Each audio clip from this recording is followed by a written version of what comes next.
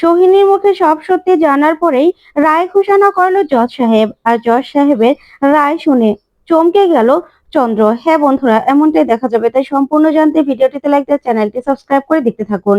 গল্পের শুরুতে দেখা যাবে অয়নদীপ কমলিনীকে বলে, আচ্ছা, আপনার সঙ্গে প্রেমের সম্পর্ক ছিল না? তখনই কমলিনী বলে, আচ্ছা, বন্ধুত্ব কি প্রেমের সম্পর্ক নয়?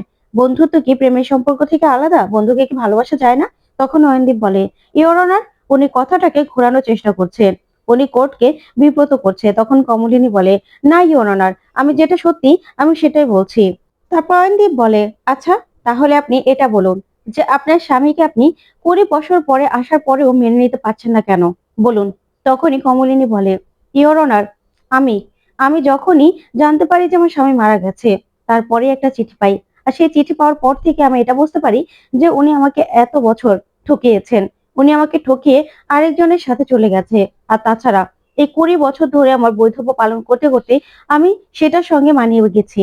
আমার জীবনে তার এখন আর কোনো অস্তিত্ব নেই। আর এই মানুষটার সঙ্গে আমার যে আগেও খুব ভালো সম্পর্ক ছিল এমনটা কিন্তু নয়।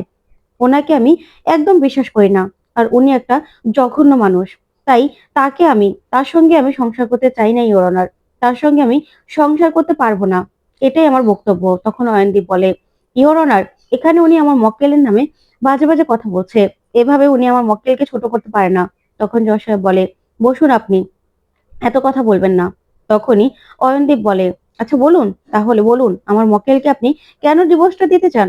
তখন কমলিনী বলে, ইওর অনার, আমি উনি 20 বছর পরে ফিরে আসার পরেও ওনার সঙ্গে আমি সম্পর্কে জড়াতে চাই না। কোনো রকম কোনো সম্পর্ক রাখতে চাই না। কারণ এই মানুষটা আসার পর থেকেও কোনো রকম কোনো ভালো ভালো দিক ওনার মধ্যে আমি খুঁজে পাইনি। আগেও ছিল না। উনি আমাকে কখনোই কখনোই ভালোবাসেনি। আমাকে সবসময় উনি ঠকিয়েছেন। হ্যাঁ, আমার বাচ্চারা এখন বড় হয়ে গেছে, ঠিক আছে। তারপরেও আমি আমার স্বামীর সঙ্গে আর কোনো সম্পর্ক রাখতে চাই না। এই মানুষটার সঙ্গে আমি সম্পর্কে জড়াতে পারবো না ইওর অনার। এই মানুষটার সম্পূর্ণ সম্পূর্ণ অস্তিত্বে আমার জীবন থেকে মুছে গেছে। উনি আমাদেরকে সেই অবস্থায় রেখে এই বাড়ি থেকে চলে গিয়েছিলেন। আর একটা মিথ্যে মিথ্যে খবর দেওয়া হয়েছিল যে উনি নাকি মারা গেছেন। সেটাই আমরা বিশ্বাস করেছিলাম। এখানে আমার আমার কি ইচ্ছে হতে পারে না ইওর অনার? আমার নিজের ইচ্ছে মতো আমি কি আমার স্বামীকে ডিভোর্স দিতে পারি না? আমার তো ওনার সঙ্গে থাকার কোনো ইচ্ছে নেই। তাহলে কোনো কোর্ট আমাকে জোর করে ওনার সঙ্গে থাকাতে পারেন না। আমার ইচ্ছের কি কোনো মূল্য নেই? তখন অয়ন্তী বলে, দেখুন ইওর অনার, দেখুন, উনি ওনার স্বামীর সঙ্গে ডিভোর্সও করেনি। ওনার স্বামীকে উনি ডিভোর্স দেনওনি। আর অন্য একটা মানুষের জন্য উনি এখন নিজের স্বামীর সঙ্গে আলাদা হতে চাইছেন। তখনই কমলিনী বলে, না, আপনি ভুল কথা বলছেন। অন্য কারো জন্য আমি আমার স্বামীর সঙ্গে আলাদা হতে চাই না। আমি আমার নিজের জন্য আমি আমি ওই মানুষটার সঙ্গে আলাদা হতে চাই। ওই মানুষটাকে আমি আমার জীবনে আর ঠাঁই দিতে পারবো না। উনি ওনার স্বার্থের জন্য আমার সঙ্গে একসঙ্গে থাকতে চান। তখন এই কথাগুলো শুনে অবাক হয় কমলিনী।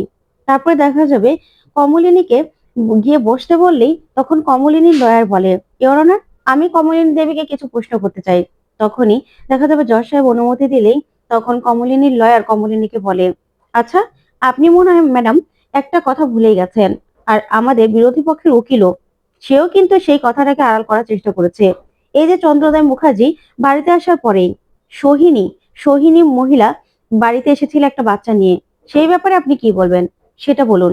ইওর অনার, এখানে কিন্তু আমার বিরোধী পক্ষের বন্ধু, সে কিন্তু পুরো কথাটাকে আড়াল করে গেছেন। এখানে চন্দ্রোদয় মুখার্জি আসার পরেই কিন্তু একজন মহিলা একটা বাচ্চা সমেত কমলিনী দেবের বাড়িতে এসে হাজির হয়। আর বাচ্চাটা কিন্তু চন্দ্রোদয় মুখার্জিকে বাপি বলেও সম্বোধন করেছে। আর এখানে চন্দ্র মুখার্জি তিনি সবটাই সবটাই অস্বীকার করেছেন। এখানে কোর্ট যদি কমলিনী মুখার্জি আর চন্দ্রোদয় মুখার্জির বিয়েটা বৈধ বলে বলে, তাহলে তো সেই বিয়েটার কোনো মানেই থাকে না। এখানে তো চন্দ্রোদয় মুখার্জি আরেকজন বাচ্চাকেও জন্ম দিয়েছে। তাহলে সেই বাচ্চাটার কি হবে ইওর অনার? সেই বাচ্চাটার কি হবে? তখনই এই কথাগুলো শুনে অবাক হয় চন্দ্র। তারপরে অয়নদীপ বলে, দেখুন, সেটা নিয়ে আপনাকে ভাবতে হবে না। তখনই কমলিনীর লয়ার বলে, ইওর অনার, আর 7 বছর যদি স্বামী স্ত্রী আলাদা থাকে, সেই ক্ষেত্রেও কিন্তু বিয়েটার কোনো আরো বৈধতা থাকে না। তখনই অয়নদীপ বলে, কিন্তু এখানে তো উনি কোর্টের কাছে গিয়ে কোনো রকম কোনো ডিভোর্সের আপিল করেনি, সেরকম কোনো কাগজপত্র বের করেনি। তখন কমলিনী লয়ার বলে, উনি তো ধরেই নিয়েছিলেন ওনার স্বামী মারা গেছে। সেই মানুষটা যেভাবে ফিরে আসবে সেটা তো উনি ভাবতে পারেননি। তাই উনি কোনোদিনও প্রয়োজন মনে করেনি কোর্টের কাছে গিয়ে মৃত বলে ঘোষণা করার আর নিজেদের ডিভোর্সের জন্য আপিল করার।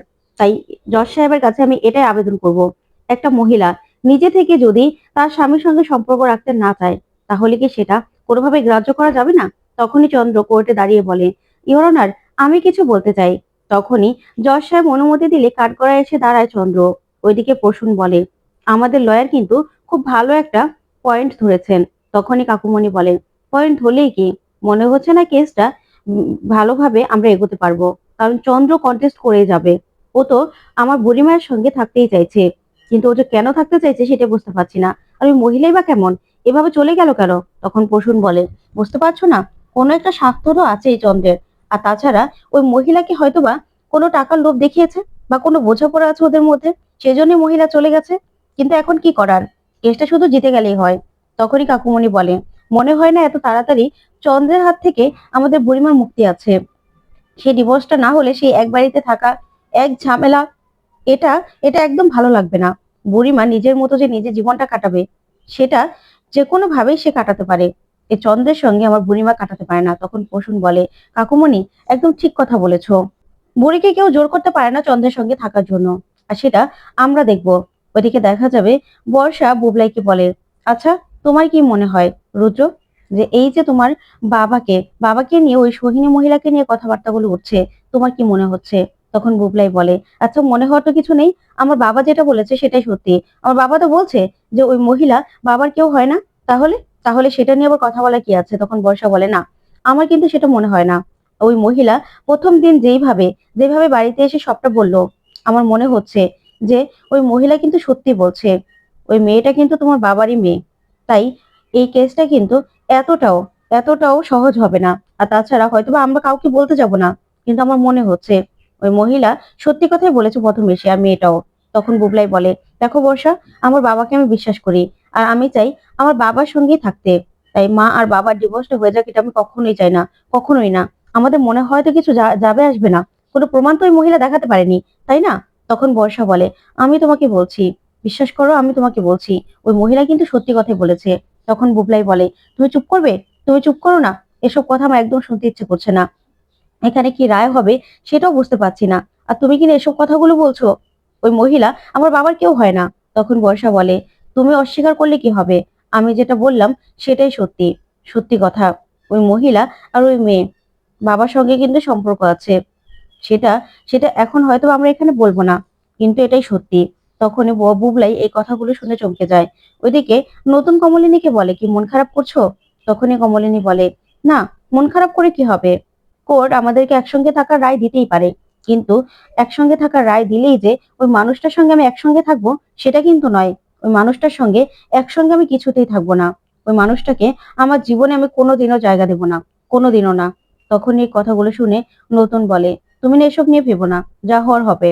তখন কমলিনী বলে, আসলে আমি তো ডিভোর্সটা চাই, এই মানুষটার কাছ থেকে মুক্তি চাই, কিন্তু সে যদি মুক্তি নাই দিতে চায়, মুক্তি দেবে না বলেই তো কাঠগড়ায় গিয়ে দাঁড়িয়েছে। দেখো না, এখন বানিয়ে বানিয়ে আরো কতগুলো কথা বলবে।